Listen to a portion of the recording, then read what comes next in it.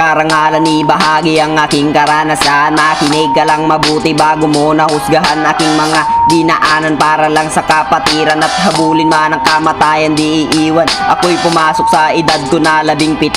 Nagtiisip, nagtatanong kung kaya ko ba to. Baka hindi ko to kayanin ang laging tanong. Halo-halong nasa isip para bang naging bugtong. Hindi to madali, proseso matindi. Di na pwedeng umatras, kandila ay nakasindi. Anumang oras ay nakahanda ng pumatak. Nakalarawan sa likod mo ang patunay na tatak. Nananatili habang buhay lang sa alaala ko. Hindi nagsisi kung bakit ito napili ko. Alpaka paro ako, mananatili lang buo. Ito ang kapalarang kapatiran na kinakapitan ko, yo.